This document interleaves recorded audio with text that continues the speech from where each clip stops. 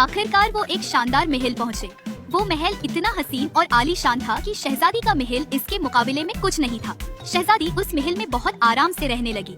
उसे हर आसाइश मयस्सर थी। दिन के वक्त सफेद रीछ कहीं चला जाता और रात को लौटता। रात में वो एक इंसान बन जाता था। इस महल में न कोई चिराग था, न शमा, न रोशनी का कोई जरिया, लिहाजा शहजादी ने उसे कभी देखा नहीं। लेकिन वो महसूस कर सकती थी कि वो नहायत खूबसूरत शहजादा है जो उससे बहुत मोहब्बत करता था। कुछ अरसा सब बहुत अच्छा रहा, लेकिन अब शहजादी उदास रहने लगी थी। एक रात उसने कहा, मैं अपने घर जाना चाहती हूँ, अपने माँ बाप से मिलने। लेकिन तुम्हें एक वादा करना होगा कि तुम अपनी माँ का कहना नहीं मानोगी बल्कि बादशाह की बात सुनोगी। शहजादी ने वादा कर लिया। जब शहजादी अपने घर लौटी तो उसका खानदान बहुत खुश हुआ।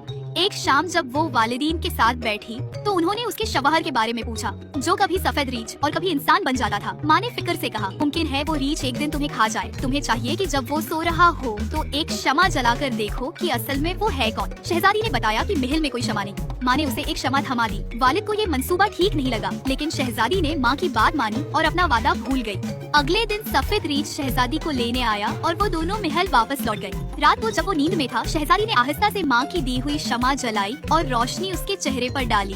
वो इंसान की शक्ल में हैरत अंगेज हद तक खूबसूरत था।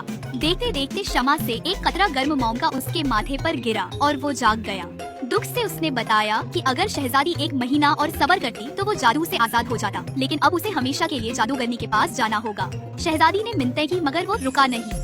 जब वो रीछ की शक्ल में जाने लगा तो शहजादी ने उसके बाल थाम लिए और उसकी पुष्प पर सवार हो गई। वो दौड़ता रहा। दरख्तों की शाखें और कांटे उसके जिस्म को जख्मी करते रहे, यहाँ तक कि शहजादी थकन से गिरकर बेहोश हो गई। आँख खुली तो वो तन्हा जंगल में थी। वो शौहर की तलाश में निकल पड़ी। रास्ते में 3 झोंपड़ियाँ आए। हर जगह एक बूढ़ी औरत और लड़की मिली जिन्होंने न सिर्फ सफेद रीछ की खबर दी बल्कि शहजादी को जादुई कैंची, शेशी और सफर का हौसला भी दिया। शहजादी को एक और झोंपड़ी मिली जहाँ एक लड़की जादुई कपड़े से खेल रही थी जो हुक्म देने पर दस्तरखान बनकर हर नामत से भर जाता था। लड़की ने वो कपड़ा शहजादी को दे दिया कि उसे सफर में ज्यादा जरूरत है।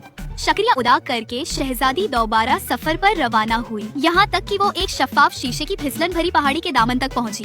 वहाँ एक बूढ़ी औरत से उसे मालूम हुआ कि रीछ कल ही वहाँ से गुजरा है। झोंपड़ी में भूखे बच्चे मौजूद थे। शहजादी ने जादुई कींची से कपड़े काटे, फ्लास्क से मशरूब पिलाया और दस्तरखान बिछाया।